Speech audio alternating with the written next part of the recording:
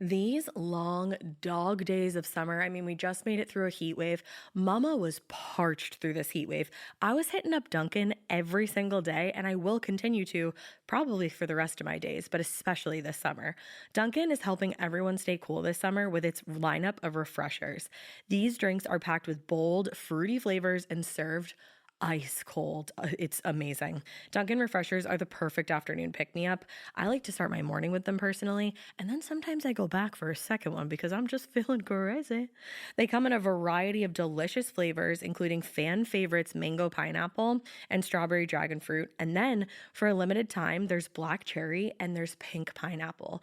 I'm going to tell you something right now, and it's a bold claim, let me tell you, but I stand behind it. Pink pineapple will change your life. It is so good. It has me feeling like I'm sitting in a pool, resort side, just living, honey. It's so yummy. Try your favorite flavor with green tea, sparkling water, lemonade, or Dunkin's all-new limeade. I haven't tried the limeade yet, but I'm going to. Usually I get my drinks made with green tea and occasionally lemonade, but I do really like the green tea. Or if you don't want to build your own, try one of Dunkin's curated refreshers like the Cherry Lime Ricky or the Ultimate Pink Daydream. The Cherry Lime Ricky, scrumptious. I could drink like 3 of these a day. They're so freaking yummy. Head to Dunkin' today and find your favorite refresher. Dunkin' refreshers contain less than 1% fruit juice. Limited time offer. When it comes to online college, Southern New Hampshire University is so good, it's scary. Listen, the facts don't lie. SNHU has degree programs that fit your goals, online classes that fit your life, and real support at every step. And if that wasn't enough, they've got some of the lowest online tuition rates in the U.S. This is an airtight case, you guys. Visit snhu.edu/morbid to get started. That's snhu.edu/morbid. Chilling crime cases are mysterious, but finding coverage shouldn't be. With the State Farm Personal Price Plan, you have options and can personalize your plan to help create an affordable price so you can get back to cracking all of life's bigger cases. Talk to a State Farm agent today to learn how you can choose to bundle and save with the Personal Price Plan. Like a good neighbor, State Farm is there. Head to statefarm.com to get a quote. Prices are based on rating plans that vary by state. Coverage options are selected by the customer. Availability, amount of discounts and savings, and eligibility vary by state. Hey weirdos, I'm Ash. I'm Alaina. And this is Morbid. Woo!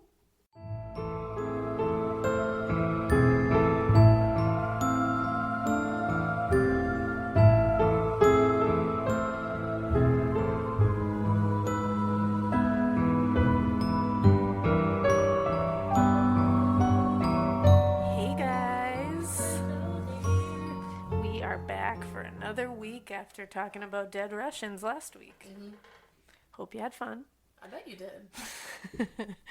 And today, coincidentally, as we record, the royal wedding happened. We're just like taking you down a happy trail today. Yeah, let's start on a light note. Yeah, we could end on this light note, but why don't we just begin on it? Yeah. And then we'll slowly plummet downhill. We're going to bring you up just to crush you back down. That's what we're good at.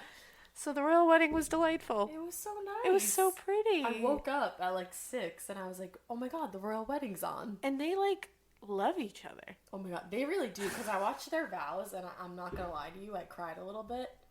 Mm-hmm. That's not surprising. No, that's not surprising at all. But I did cry a little bit. And then I was like, don't be a little bitch. Like, Harry kept saying, I love you to her and you look amazing and I'm so lucky. I was like, girl. Her veil was all the different, I think you say like provinces. Is that what it is? Sounds good. Yeah. It was all the little places in like England. I don't know. In the England. I don't fucking know. There's a bunch of places on her veil. It's like the Soviet Union of Russia. Yeah, exactly like that. Actually, that was outlined on her veil. I'm sure it was. Totally. Gotta represent Russia in there. I don't think there was really any other true crime things that happened this week. Not that I know of. Golden State Killer is still shut in his damn trap. Yeah, fuck that guy. So, we haven't heard anything about the Zodiac yet. We still don't know about that lady in the woods. Oh, that lady with the lifeless child. Yeah. Seriously, when we have an update on that. I still got goosebumps. I just got them right now. I want to go with it's the Bermuda Triangle and that was a ghost. You mean the Bridgewater Triangle because we're not in Bermuda. It's the Bermuda Triangle. know the fridge water. Guys, it's been a really long This week. has been the longest fucking week of my life. I swear to you. I Somebody's... cut my hand open at work Oh, God. with a tool. You use tools at work, and I do too. I do use tools It at was work. a knife. We Well, both it wasn't use really tools. a knife. It was a razor, but Hey, it sliced my finger right open. that's almost worse than a knife. Yeah, it actually was. Razors? Yeah. Yeah, It was those like, are sharper. It's a jagged little bitch. Jagged little bitch. It's like Jagged Little Pill, but the really grunge version of Yeah, it. jagged little bitch. Cool. I like it. Thank That's you. another Band good name. band name. Band name, jagged little bitch. Nailed it. Jagged Little Bitch. Band name, call it. I love it. Well, I guess now that we've enthralled you, Yeah, let's not be assholes. I So just rant much. for a long time. we should probably get right into it. Here we go. 1, 2, 3, go. So, June 28th, 1993. My Set the grandmother's scene. birthday. Look at that. And your mother's birthday. That's my mother's birthday. The date of my mother's birth, Not the 1993. Long Island State Troopers Debra Spargarin. Sorry if I said that wrong, Debra. Sorry, chica. Use a boss.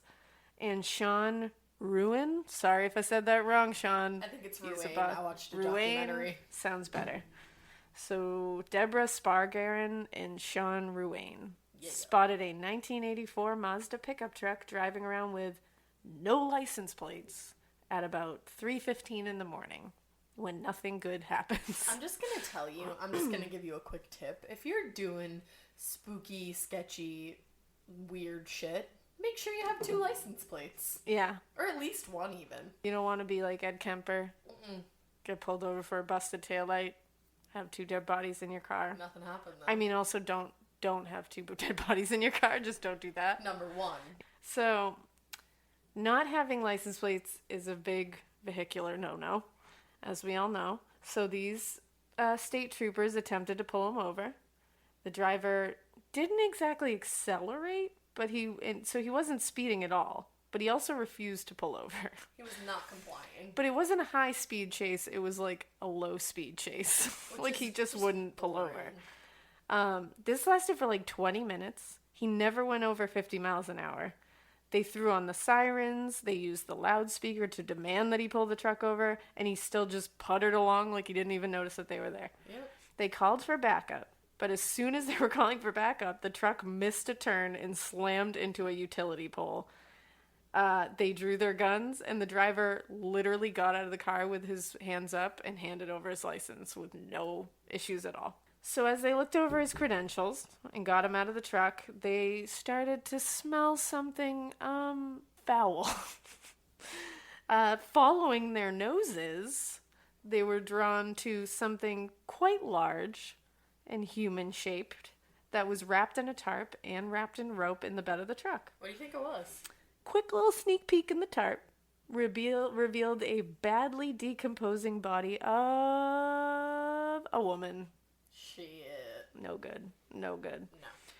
So they went over to the police car and like tap, tap, tap. Hey, What's the dead lady in your so truck what's up about? with that dead lady in the tarp back there?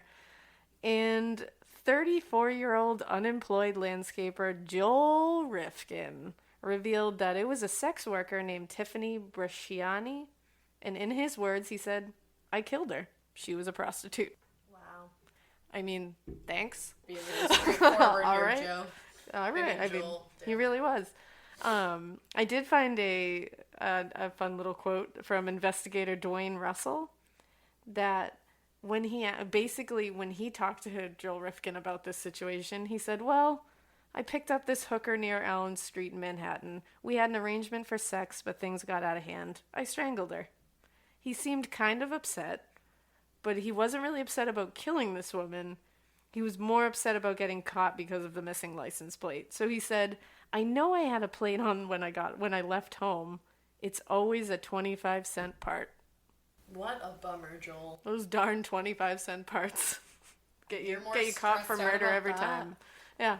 So this is the story of Joel Rifkin, who confessed to killing 17 women over about a 3-year period, I want to say. So he was a busy dude. He was real busy. So he was born, this is kind of funny, January 20th, 1959 in New York. That's my brother's birthday. This It is is. weird. It is. A little too many There's too a many lot of dates fam here. Yeah, he was actually born to 2 unwed college kids, and they gave him up for adoption, like immediately. To a super nice family. He was adopted at 3 weeks old to Ben and Jean Rifkin. Is that Jean or Jean? Jean. We're gonna go with Jean. Sorry, Jean, if your name is Jean. So he was adopted at 3 weeks old to Ben and Jean or Jean Rifkin on February 14th, Valentine's Day, 1959. Ben was a structural engineer, and Jean was a homemaker. She liked gardening. This family also adopted a daughter named Jan a couple years later. So apparently things were going pretty well with Joel at the time. Right. Joel, Jan, Jean. Yeah. They moved to East Meadow, Long Island in 1965. And when I looked that place up, it seems like it's kind of like middle upper class, like nice place to raise a family, all that good stuff. He seemingly had a loving and normal home life where he was taken care of properly and not abused in any way. Like whatsoever. He even attests to that his home life growing up was really good. Yeah, he's not like these other ones that will like try to create a bad home life to make it like validate themselves for being a shitbag. I think he's literally like, yeah, I don't know why I did this. Like, He's I have no literally reason. like confused about it. Yeah, so he was very different from like say Edmund Kemper, Right. who had, you know, Nightmare. he just exactly, he just started out real bad. Yeah. So the only real bummer with Joel, well, not the only real bummer, the first real bummer with Joel, is that he was bullied pretty badly in school. You know what? Who wasn't? Yeah. I mean, there were plenty of people who weren't. Well, yeah, but, I wasn't bullied in school. Yeah. But not everybody, but a lot of people get bullied and don't turn to serial murders. yeah, like You were bullied a bit. I was sent to an abandoned house when they said it was a cool party. Let's just say, fuck those girls, real quick. Yeah. You know who you are, girl. I hope you're listening. She's totally not. She doesn't have the device. She's still way too cool for podcasts. Yeah, fuck her. Yeah, fuck her. This is a paid ad by BetterHelp. I happen to be somebody that struggles with people pleasing. So a lot of times I will build things up and up and up and up and up and then kind of get to the point where I'm like, I need to let this out to this person. Even in 2026, that stigma and just stigma in general can get in the way of a lot of things, like getting support for your mental health. Maybe you've encouraged friends to consider therapy while avoiding taking that first step yourself because you're busy. You're worried about what other people might think, or telling yourself that you should handle this all alone. But therapy with BetterHelp, the world's largest online therapy platform, can be a space to slow down and talk through what's been building before it feels unmanageable. Just take a short questionnaire to identify your needs and preferences, and BetterHelp will handle the initial therapist matching work for you. Their industry-leading match rate means BetterHelp typically gets it right the first time. Feel confident knowing BetterHelp therapists work according to a strict code of conduct and are fully qualified. Don't let hesitation hold you back. Find support with BetterHelp. Sign up and get 10% off at betterhelp.com/morbid. That's BetterHelp, HELP.com/morbid. Chilling crime cases are mysterious, but finding coverage shouldn't be. With the State Farm Personal Price Plan, you have options and can personalize your plan to help create an affordable price so you can get back to cracking all of life's bigger cases. Talk to a State Farm agent today to learn how you can choose to bundle and save with the Personal Price Plan. Like a good neighbor, State Farm is there. Head to statefarm.com to get a quote. Prices are based on rating plans that vary by state. Coverage options are selected by the customer. Availability, amount of discounts and savings, and eligibility vary by state. So, but what I didn't grow up and become a serial killer. I grew up and started talking about it. It's very different. Did you? Or I grew up to become an autopsy technician. So that could explain some shit. So I just went the more professional route. But either way, being bullied is not an excuse. You know what? Being bullied is an excuse to show everybody that they were wrong. Precisely. Hell yeah. This is a PSA. A morbid if PSA. You're being bullied right now, just stick it to the man. Yeah. In the right way. And you know what? When you get older, it's cool to be weird. I was Everyone's going to trying say, to be weird. Everybody's trying to fit in when they're in school, and the weird ones are always the ones that are picked on. But then later, everyone wants to be weird, and they're all trying to be like you when you're just innately weird. I literally bought aviator glasses, which are not even cool, but they're cool as hell now. Here I am. So see, everyone wants to be nerdy and weird now. We win in the end, guys. Weirdos win in the Taking end. my fashion tips from y'all. That's right. So, mainly what they targeted Joel about was his posture, which is Really? like, come on, guys. I guess he was very slumped over all the time because I think he was kind of like, He was you tired. know, he's just kind of a bummer. He walked really slowly at a very slow gait. So they gave him nicknames like the Turtle. Like, Which it's that's like- clever. Super clever, guys. You're Also, doing that's really not good. even super offensive. Turtles are pretty cute. No, I mean, TBH. as a kid, that sucks. You don't want to be called the Turtle. That's true. But now it's like, come on. So he also was dyslexic, but he had an IQ of 128, which is pretty high. It's telling you, actually mine's in 12. it's exactly it's really high compared to 12. That's huge. It's real high. Accolades, buddy. It's actually in the 96th percentile, and he actually only misses the Mensa qualification by 2 points. What's Mensa? Mensa is literally a society of people with high IQs. No wonder I don't know about it. I was just gonna say the fact that you had to say what's Mensa. She likes to shit on me. I'm being bullied. You're shoveling the material at me. I'm digging myself a hole. No, don't worry. I live a simple life. I live a simple life. I enjoy the simple things. It doesn't take much. So, unfortunately, Joel tried really hard to fit in. He actually joined the track and field team when he entered his teen years, but he was still bullied. Even on the track and field team, just Kids trying are to do relentless. something. They really are. Kids suck. Once they decide that you're out, you're just don't even bother. Yeah, just wait until you get out of school and you'll be fine. Read some books. Just don't become Joel Rifkin.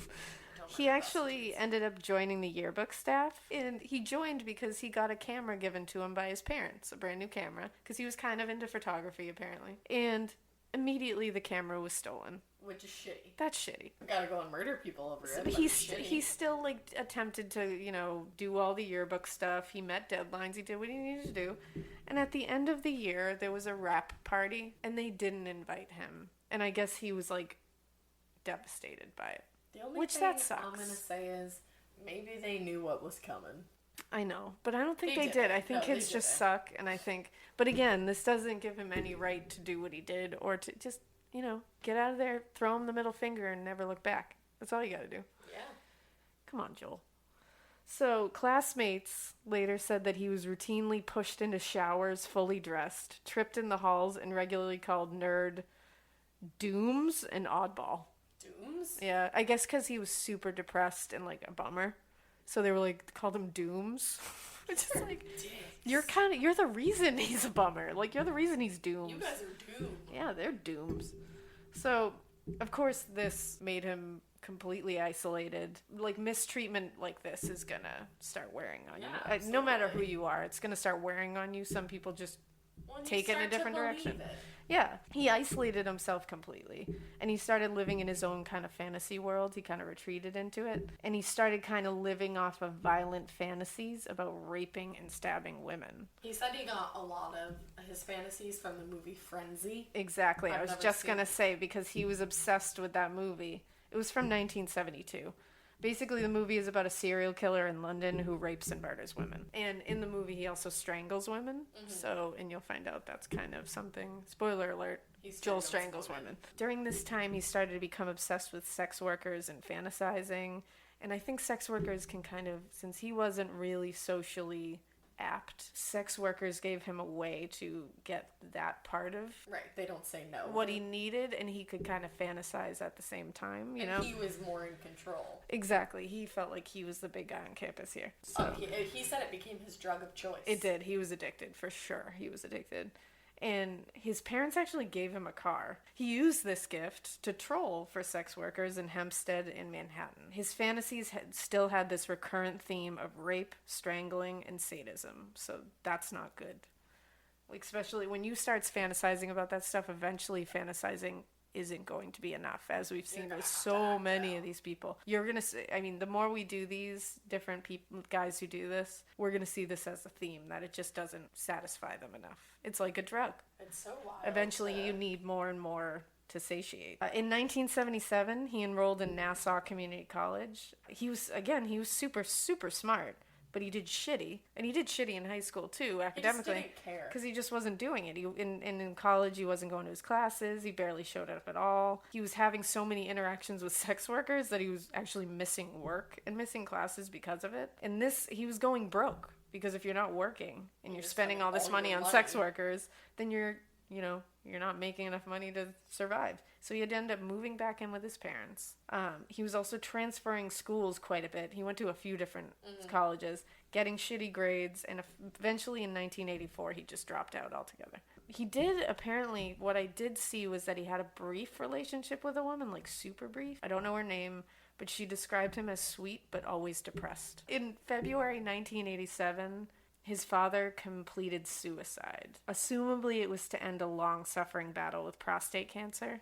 Joel even delivered the eulogy at the funeral. Oh, wow. So obviously, this family was a close family. Do you know what he said, though?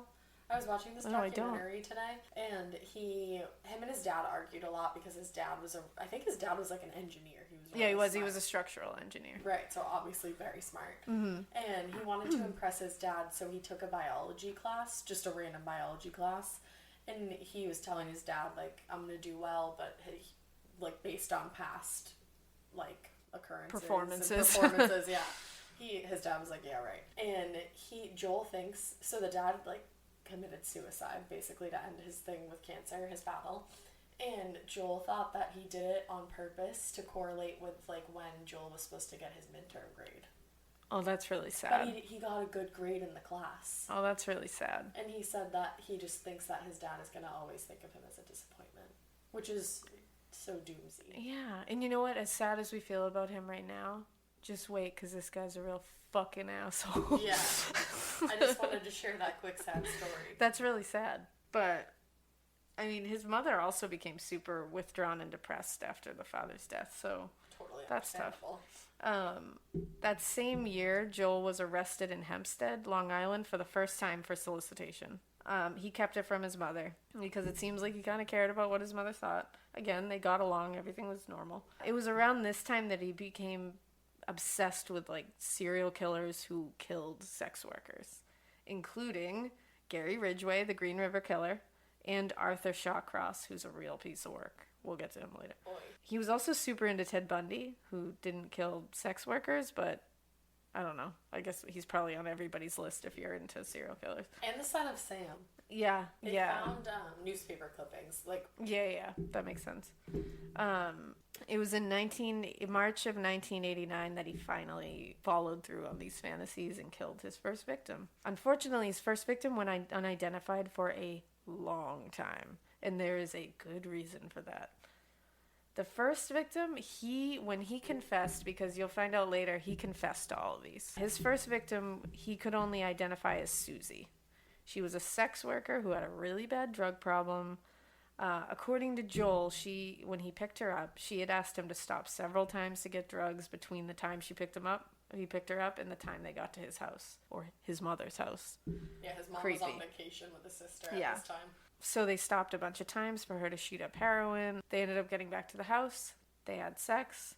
And then she asked him to bring her to get more drugs. And he was getting real annoyed. He started getting annoyed because as whatever else he did, he wasn't into drugs. That's one thing he says. He was just not into it.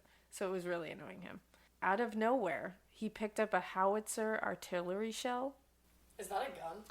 It's basically a cannon. So the shell is what comes out of it, and it's like 2 feet.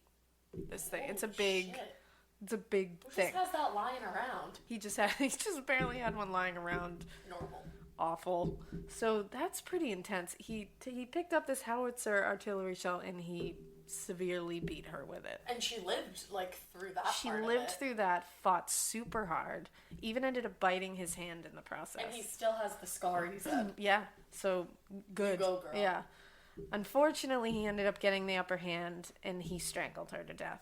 This episode is brought to you by SoFi, the all-in-one finance app where you can bank, borrow, and invest all in one place. Let's talk about bank accounts for a second. The average bank savings rate is 0.39% in interest. You're earning pennies on your savings, and it doesn't have to be that way. But with SoFi's high-yield checkings and savings, the money barely making moves sitting in your savings account can earn over 8 times the national average savings rate with eligible direct deposit. No account or overdraft fees. We love transparency. You can get your paycheck up to 2 days early, plus get up to a $300 welcome bonus when you sign up with eligible direct deposit. Sign up for SoFi checking and savings at SoFi.com/morbid. SoFi checking and savings is offered through SoFi Bank, N.A., member FDIC. Terms apply. Hi, Ryan Reynolds here for Mint Mobile. Are you looking for a beach read this summer? May I suggest your big wireless bill? It's got suspense, mystery, a slightly flat, emotional arc, and a shocking twist where you realize you've been overpaying the entire time. Fortunately, though, Mint's story is better. Every plan, $15 a month. Even unlimited.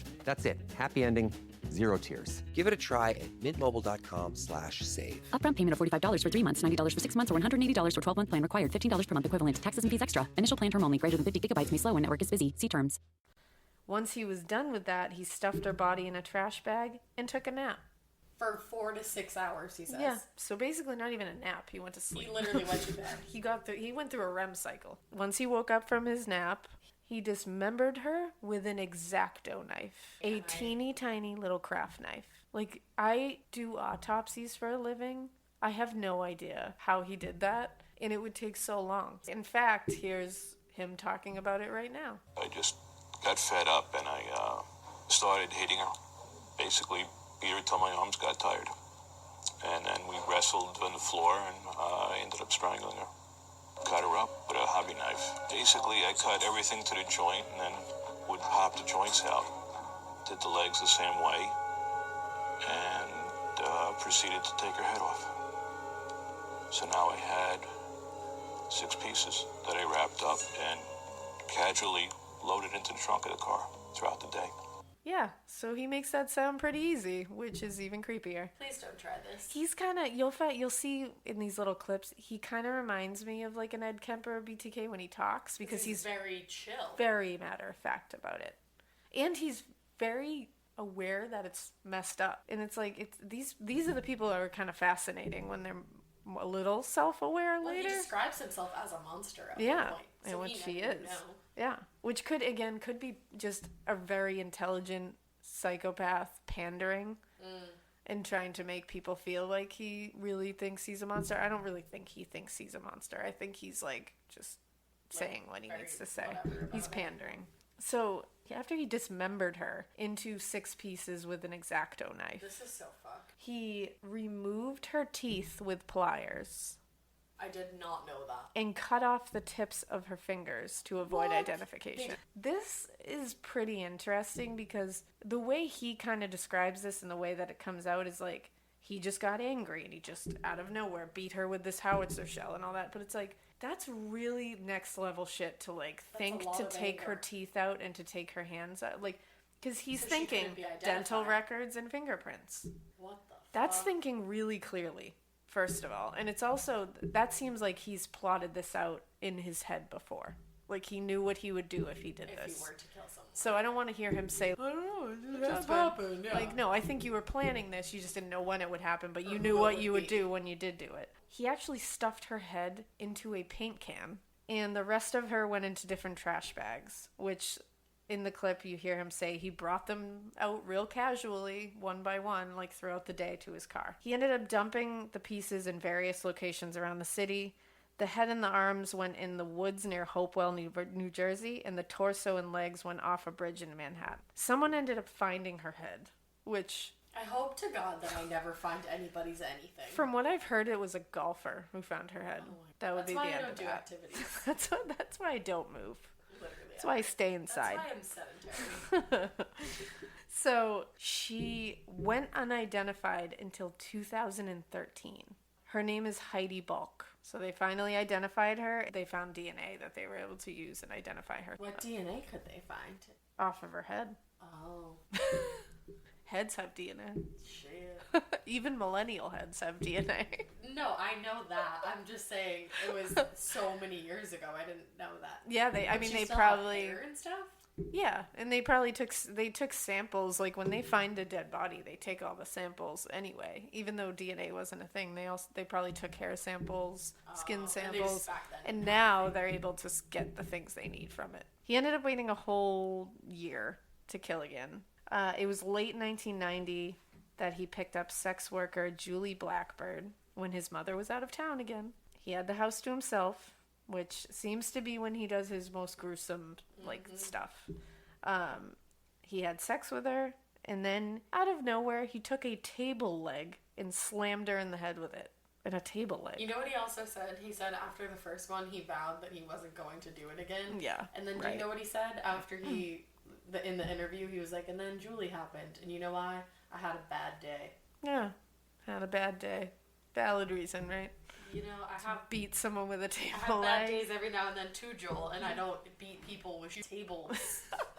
He ends up, after he beat her with a table leg, he ended up strangling her and killing her. This is an interesting one because when he looked at her after he had killed her, he considered necrophilia for a moment. And because then he realized he was above it. Well, he said he was super into Ted Bundy, and Ted Bundy was all about necrophilia. Was all about it. And so he thought about doing it because he wanted to copy him, which is like such a weird. He wanted like, to what? pay tribute to Ted yeah, Bundy. like why? But like Ash said, he was like, you know what? I had a line, and in fact, here's another clip of him just quickly telling you why he didn't do it. The thought occurred to me because I had heard of it, and then I shook off the thought and said, no, I'm making this dividing line in my head. All right, I just killed somebody, but no, I won't do this next thing. I won't, which is, I don't know, it's odd, but the whole thing is odd. So, yeah, that's fun that he had, everyone's got standards. There's a boundary. Everyone's got standards. So he ended up dismembering her because, again, he had the time because his mother was not home. Whenever she's not there and he has the time to bring these people back to his home, it's when he takes his time and really makes sure that he dismembers and places things in places that people shouldn't be able to find them. Boy. He actually put her parts into cement, which is like weird. This is very odd because he doesn't do this again, so that's weird. He must have just had the actual. Yeah, he must.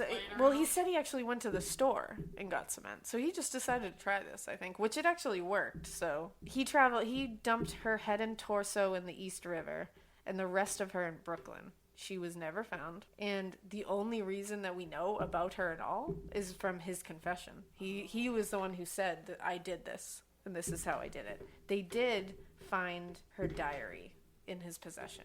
In 1991, he started a landscaping business because he also went to horticulture school for a brief time, and he actually did well there. Wow. So apparently horticulture was his thing. And it's funny that he started a landscaping business because it kind of reminds me of Bruce MacArthur in Toronto, who was recently captured, who was the killer of the missing men of Toronto. Because Bruce MacArthur was also a landscaper, and he used his landscaping business to hide these bodies. So it's funny that what an odd profession to be also a similarity. Yeah.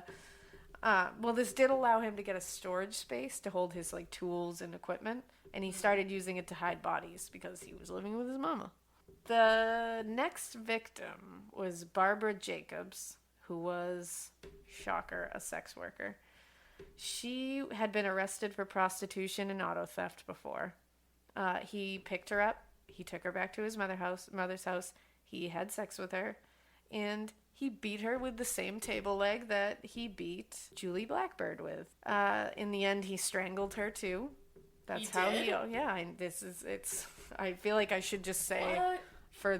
From now until the end, he strangles everybody. He doesn't dismember her, though. He wraps her in plastic, puts her in a cardboard box, and then... I didn't even touch that. Ashley just almost knocked over the entire computer. I just flew into oblivion. Thank you for being worried about me. I don't even know how that happened. This recliner is haunted. Oh, that was a lot. I experienced that. So he wraps her in plastic and puts her in a cardboard box. He dumps that cardboard box in the Hudson River, which clearly that's going to float. That was not smart. He did nothing to hide that at all. So it was super easy to find, and she was found really quickly. There was no connection to him at the time. the only reason this was connected to him was through his confessions later. So again, he connected himself to these things. The next victim was September 1991, when her name was Mary Ellen DeLuca. She was 22 years old. She was a sex worker, and she was a drug addict. At the time, she had left a group of friends saying she was going to get drugs, and she ended up meeting and being picked up by Rifkin. After picking up some drugs around town, they got a hotel room together, and they ended up sleeping together, but he said that she wasn't into it at all, and she just wanted to get through it, because I think she wanted drugs, basically. I think the only reason it was kind of the promise of drugs that she was going along with this. He claims that he asked her, "Do you want to die?" And she said yes.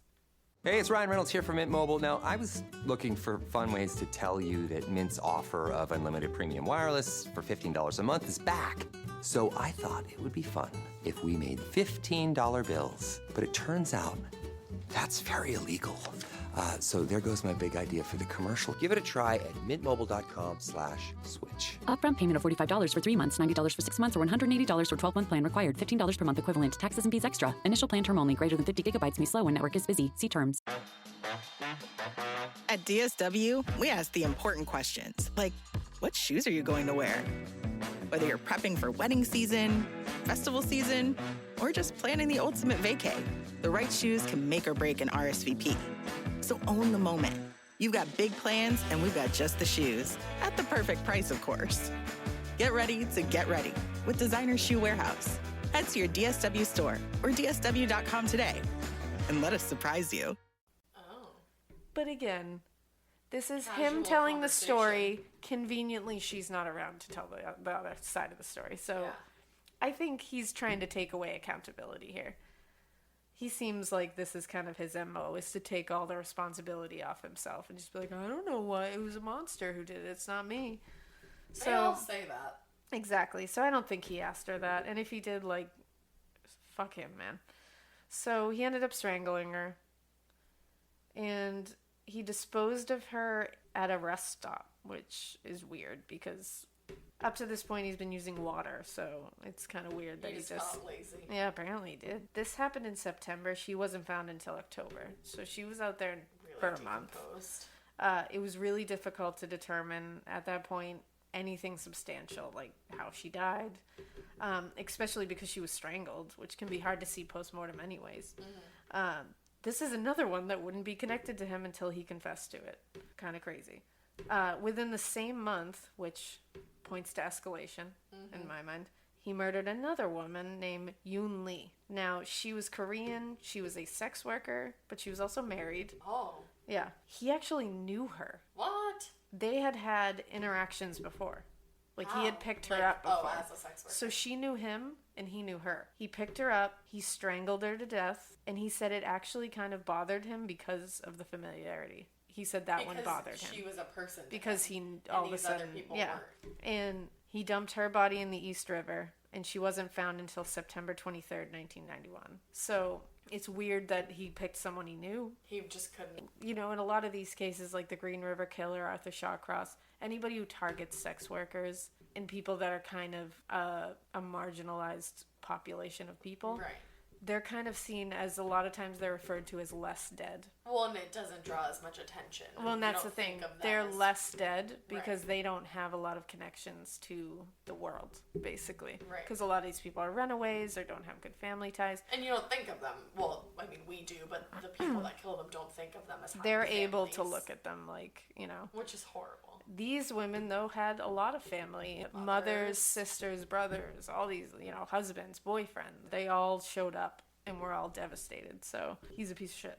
So, yet another victim went unidentified, and is still unidentified. Rifkin can't remember her name, he said, which makes me really angry. This is the first time that he actually strangled a woman during the act of fellatio, which is a very weird, like, he's really taking a walk on the wild side doing that. Yeah.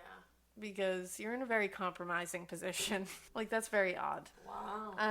He wrapped her up in a tarp, and this time he put her in a 55-gallon oil drum that he dumped into the East River. While he was doing this, someone saw him whoa. And he ended up convincing this person that he was just out there collecting junk. Like, he wasn't dumping anything, he was just collecting stuff. In the documentary, they said it was the cops. He said 2 of New York's finest. That would be even crazier. It was like an A&E documentary. I don't even know what it was I believe in A&E. Me too. Yeah, they're reputable. Because he said 2 of New York's finest, and I convinced them that I was looking for scavenging for car parts. Wow. And they let him go. Wow. That's crazy. I didn't read that they were cops. Look at that. Crazy. So, like, so going back to the idea of, like, targeting people that are quote-unquote less dead, Robert Ressler, who is a former FBI criminologist who's kind of well-known, about this case, he said, there's a blend of hatred and sexual desire in men who prey on, he says, prostitutes, sex workers. It's misdirected anger. The killer doesn't appreciate the victim as a human being at all. So, like we were saying, they're seen as subhuman by these people. Like, they don't look at them as humans. They look at them as things that they can use and then discard of, and no one's going to miss them. So he went right back at it in December 1991. Next victim was Lorraine Orvieto. She was 28 years old. She actually came from a pretty, like, wealthy family and was, like, popular in high school. She was a cheerleader. Unfortunately, she developed a cocaine addiction and a mental illness, so she was working the streets as a sex worker to pay for her addiction, which tends to be a story that, strings through a lot of these. He picked her up, and again, he strangled her mid-fellatio. So this is his new thing all of a sudden. I tried looking stuff up, but I got kind of creeped out looking it up about why somebody would do this or other serial killers who have done this, because I feel like I might have read something about this before. So was he strangling her, like, to kill her at that point? Yes. I didn't know if he was just strangling her during that, and then that ended, and started actually. Oh, no, he, like, killed her midway through. That's bizarre. Yeah. It's just weird that this is a sudden thing that he's doing. Again, he put her in a 55-gallon oil drum, which is apparently his new thing now. He seems to be very all over the place. He's just trying out. He has the same MO of strangling and sex workers as targets, but he's really, like, experimenting with things. He put her in the 55-gallon drum, and he dumped her into Coney Island Creek. She was found July 1992, whole year later. Whoa. So water. Yeah. So that was a rough one. So the next one was Mary Ann Holloman. He strangled her the same way that he did the last 2, mid-fellatio. What the fuck? She was, again, placed in an oil drum, and he placed her into Coney Island Creek as well, which is funny because for a little while, people were thinking, there's another pretty famous case, the Long Island serial killer, the Go-Go Beach murders. That's an interesting one that I'm sure we'll get to at some point. We should for sure. There was some people who later, when he was caught, were like, oh, wait a second, maybe he's that guy. Right. It doesn't turn out that it makes any sense because some of the things even happened after he was caught. And he said he wasn't, which at this point, he was very open about what he did. He probably would have said it. And one of his things was he said, no, I'm not that guy. That guy's super sloppy because he's putting his bodies in too small of an area. But this guy just dumped 2 bodies in the same area. Like, bitch, you're sloppy right next too. to each other. It's like, you're sloppy as fuck too. Just interesting that he said that. So he actually went back to college in 1992 after his business was failing. He was getting himself in debt. He was kind of on the downward spiral in all aspects. He was hitting the dooms. He was hitting the dooms real hard. And again, he started skipping all his classes, not showing up. And around this time, probably because he was in so much debt and he was trying to work out of it, he kind of stopped seeing sex workers for a little bit and instead got really into watching VHS porn. So he should have just started with that and just go with that, man. If that's what you want to do, be my guest. Watch don't it. Kill people. Exactly. Unfortunately, that didn't last because his next victim was Iris Sanchez, who was 25 years old. She was a sex worker and a crack addict. Rifkin picked her up, he strangled her, and ended up dumping her body next to JFK Airport, where he stuffed her under an old mattress, right next to the airport. She wasn't found until he actually confessed later. He had to draw police a map to get to the spot. But for years, she was sitting under a mattress next to JFK Airport. They never would have found her, probably. But How? She was sitting next to a goddamn airport. She was sitting right in the, like, that wasn't hidden at all. That's insane. It's bananas to me that they didn't find her. How did nobody see that? Exactly. Especially at an airport, there's people in and out of there at all Hundreds, times. thousands of people every day. It's, like, insane. But everyone's so focused on getting on the plane. Yeah. Like, he just put her under a mattress. That's crazy. I mean, this guy got so, like, I don't want to say lucky, but he got lucky with what he got away with. Well, that was lazy. Yeah, that was lazy. The next victim was Anna Lopez, who was 33 years old, a sex worker. She had a cocaine addiction, and she was strangled as well, of course, and she was dumped along the highway. She ended up being found by a passing motorist, and it ended up that he had stolen one of her earrings. Like, she was found missing an earring. He stole some jewelry from a few people. Yeah. And again, we'll get into, he stole a lot of stuff from people. But this was a noticeable thing, I guess, because she had specific earrings. The next victim was Violet O'Neill. He ended up bringing her back to his house. Now, these other ones, I think were a little different because he wasn't bringing them back to the house. Must have been murdered in the car. Exactly. So he brought Violet O'Neill back to his house. He strangled her after having sex with her. And he dismembered her body because, again, he's got time. He's got a place to do it now. So he's going right back to his roots. He threw her pieces of her body into a river in Manhattan, and parts of her were found in the Hudson River. The next victim was another victim that he knew. He had been with this victim before, too. Her name was Mary Catherine Williams. She had arrived in New York to pursue an acting dream. And she fell into sex work because she developed an addiction to drugs. He smothered her to death after attempting to strangle her. Because she fought hard. Hey, it's Ryan Reynolds here from Mint Mobile. Now, I was looking for fun ways to tell you that Mint's offer of unlimited premium wireless for $15 a month is back. So I thought it would be fun if we made $15 bills. But it turns out that's very illegal.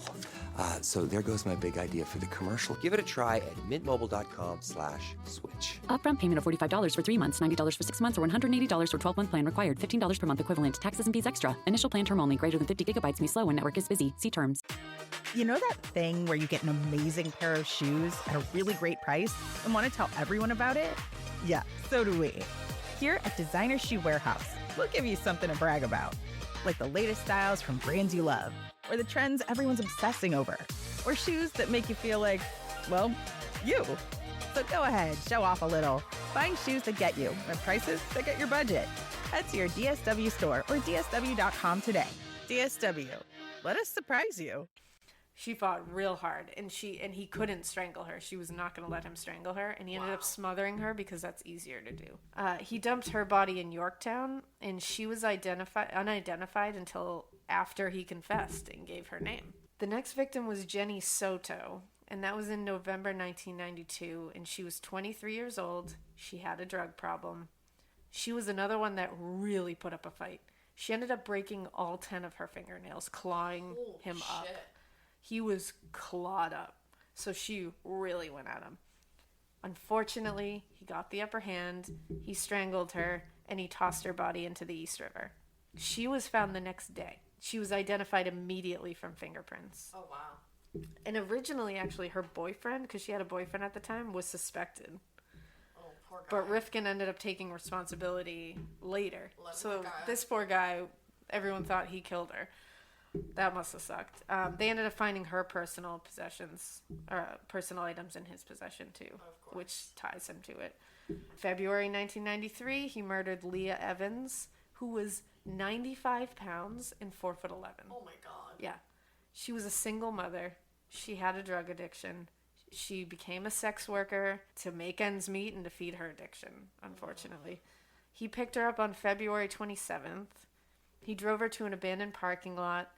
For $40, they had sex. He strangled her, and then he took her body to the woods and buried her in a shallow grave, which he has never done. Huh. That's a weird one. Like, that is weird. It's very odd that he gave her a grave, like an actual, what we all think of when we think of grave. Do you think maybe because she had kids, he felt something?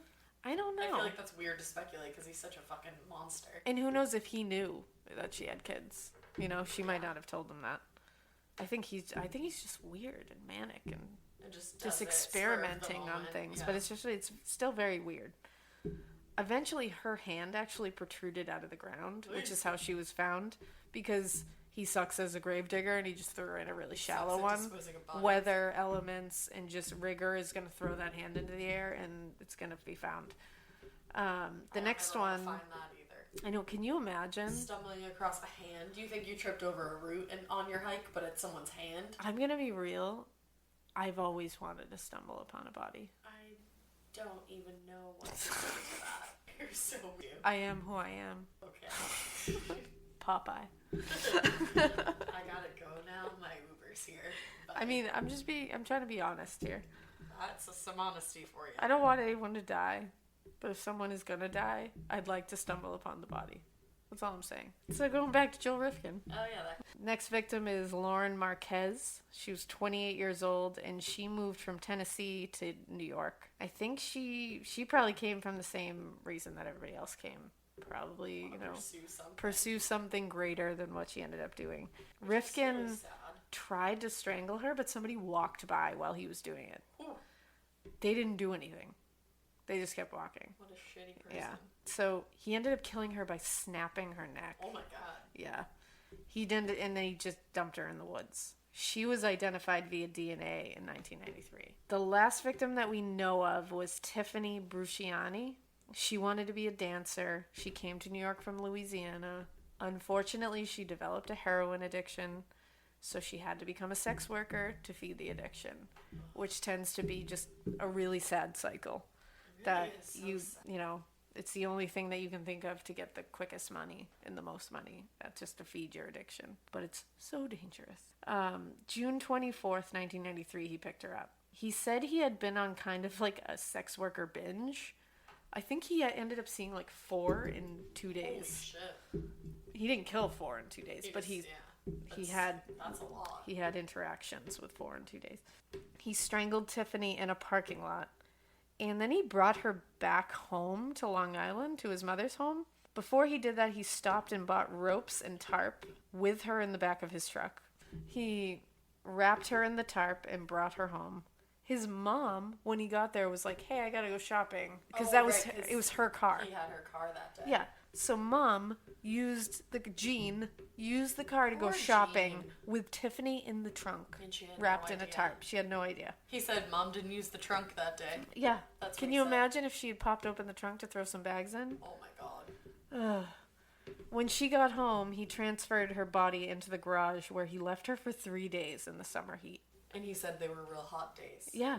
It was, June in New York is hot. It can get hot. That's just gross. Disgusting. On the way to dispose of her is where he ended up getting arrested, which was the story we began this whole thing with. We're full circle here, guys. So, when he was arrested, he was interrogated for 8 hours, and he ended up confessing everything. And here's Joel telling you, that the cops did a really good job in getting that stuff out of him. Yeah, he really does. They were wearing me down. It was already getting into afternoon. I'm tired. Didn't sleep the night before. They're very good at what they do. How to bring it to the edge and then take you back and then bring you back to the edge again. And then they decided to play a numbers game with me. I came out with more than 1 less than 20. So one of the investigators asked him, $20 for sex in the back seat of his mother's 1986 Toyota Camry. Then you ended up strangling her. Why? Why did you? What went why? wrong? And this was senior investigator C. Thomas Capers who asked this, and Rifkin just said, "I don't know." So he literally was like, "I have no idea why I did this. I can't give you anything." It's so crazy to me. Now he gave as many names as he could remember. Obviously, he could remember a couple. He drew maps to bodies. They ended up searching his mother's house, and that's where they found his collection of trophies that he had kept. In my notes, I wrote that his room was nasty AF. Yeah. They showed pictures, and you think my room is messy and gross. Your room is not messy and gross. It's not as messy and gross as Joel Rifkin's room. Well, you know what? What a feather in your cap. Here I am. Hold on to that. I will. Here I am holding on to it. I like it. His room was nasty. Yeah, it really was. And his poor mother said that they just never went in his room because he's a grown-ass man at that point, and they were like, whatever. Well, he had kept bras, underwear, jewelry, driver's licenses, and a library card of some of these people. And the diary. Yep, and the diary. I mean, there was even medicine bottles with their names on it. So there was tons to connect him back to this. We're going to play a clip really quick of him kind of explaining why he did this. As the numbers started to increase, an ID would, okay, there's a photo, I know who that girl was, or a piece of jewelry, okay, I know that that's from that girl. So yeah, it would help keep the sequence and to remember who was who and remember the events. It's fascinating to hear a serial killer who does collect, because not all of them collect trophies. So no. It's fascinating to hear one that does say why he did it. Because the way he's saying it is like he kept it almost like a Dewey Decimal System of like murder. Log. Like he was like, I would like to look back. But he's also, the way he said it was kind of being like, I wanted to remember exactly what happened to each of these people. So he probably looks at these items and relives each moment. Fucked up. Like it's more fantasizing. That's all it is. While they went in his room, they saw that he was clearly very into serial killers, which, So are we, yeah, everyone. If you took a little look, in fact, maybe I should post my library. Yeah, I'm going to post a picture of my bookshelf. Because if somebody came in and just looked at my books, they'd be like, yeah, something's wrong here. So I'm not going to take a whole lot of stock into that. You don't have, like, weird-ass newspaper clippings. Like, no, I don't. Don't cut things out and... I don't. Like, post-it them and paper clip them together. Like, that's when it gets weird and manic. Like, I don't have, like, the big wall of newspaper clippings that have the red yarn that's attaching all the things. Yeah, I don't have that. Not yet, at least. Don't develop Not yet. That. I mean, if the Zodiac gets identified, I might get crazy. But okay, all right. But give me that. That's your hall pass for crazy. Yeah, that's my hall pass. So fingers crossed, everybody. Oh, man. So he immediately pled guilty to Tiffany's murder because they had the body. So he couldn't really get out of that. His trial began in November 1993. They basically used his confessions, the fact that he led them to bodies. So the trial was only 6 months. In May 1994, he was found guilty of 9 murders and sentenced to 203 years in prison. And this is what the judge said. Yeah. This is hilarious, actually. This is my favorite thing ever. Yeah. Maybe I'll get this quote tattooed. Kudos to this judge. Just kidding, I'm not going to do that. What I have done can never be forgiven. But I ask you to believe me when I tell you that I will never understand the part of me that caused me to do these terrible things to your children. Not only will I go to my death reliving these horrors, but I will go there never knowing why I did them at all. You all think that I am nothing but a monster, and you are right. Part of me must be. Mr. Rifkin, in case there is such a thing as reincarnation, I want to be sure that you spend your second life in prison also. I almost wish more judges would, do that. I love when really judges bring get the sassy. Hammer down on these assholes. Sassy judges are my favorite. Yeah.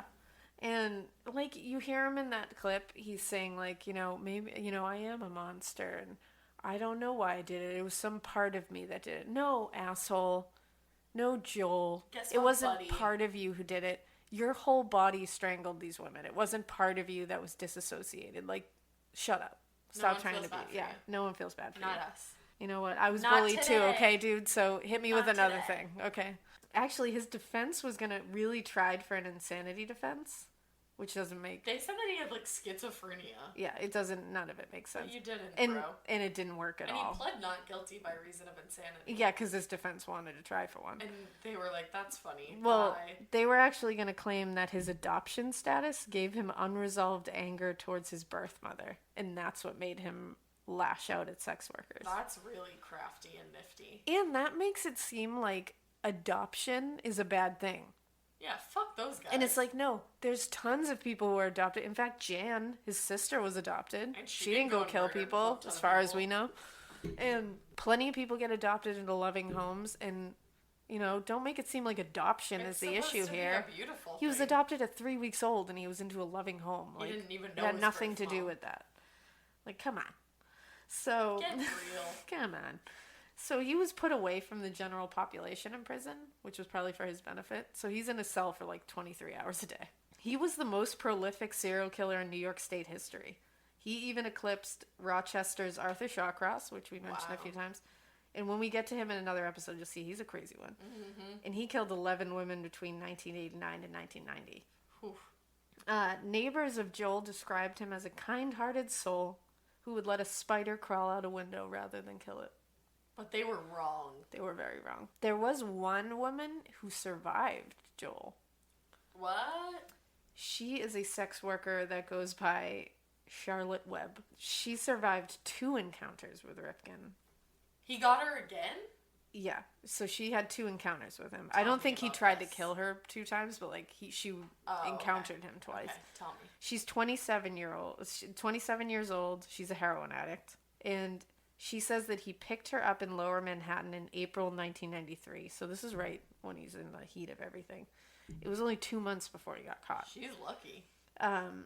He paid her $40 for sex. And she says, quote, "Some guys get rough, but I never had an inkling with him.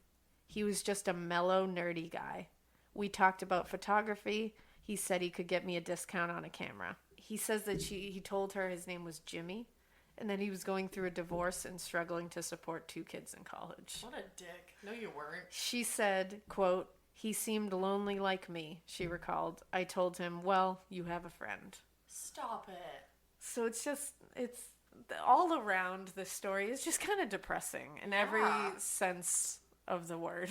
It really is. I feel sad. Yeah, this one just kind of bums you out. So that's Joel Rifkin, and he's still in prison.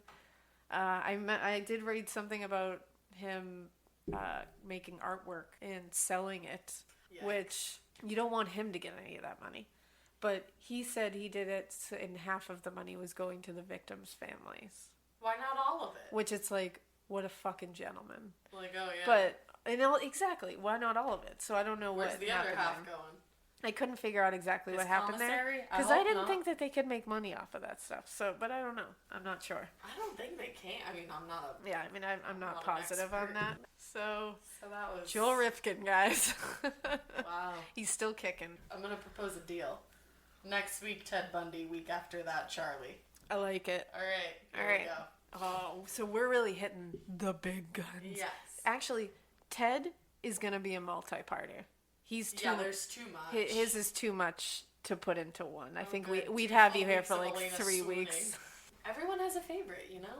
Mm-hmm.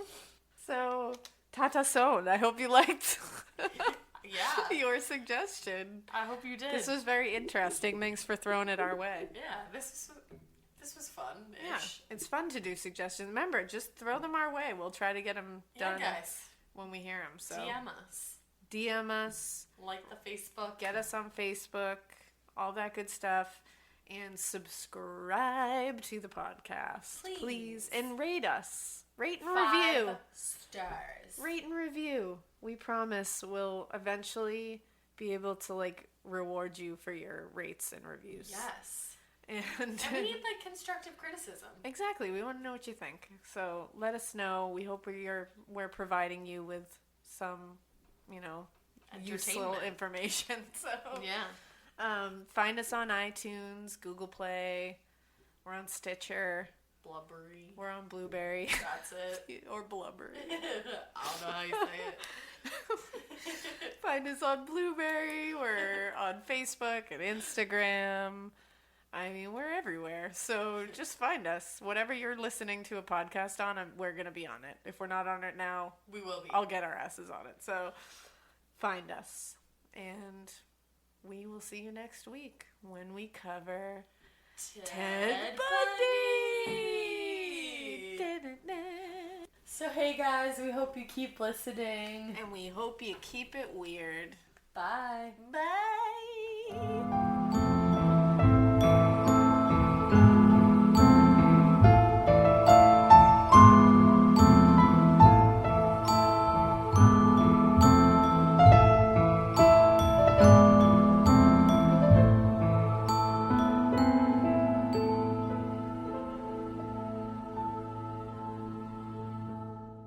talk about regrets. We all know someone who's been in a car accident and said, I don't need to call a lawyer, only to regret it after their pain and damages were worse than expected. When someone hurts you, you deserve to be compensated fairly.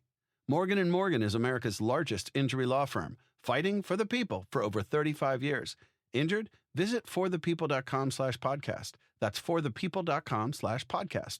Their fee is free unless they win. In the U.S., there's a break-in every 26 seconds. But when intruders step near, Simply Safe Home Security steps up. Stop. This is Simply Safe. Police are on the way.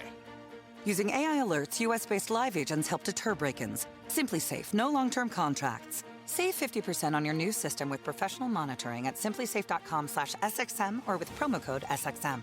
Outdoor deterrence requires a Simply Safe Active Guard outdoor protection plan starting at $49.99 a month. Visit simplysafe.com/licenses for alarm license information. Tennessee 2012.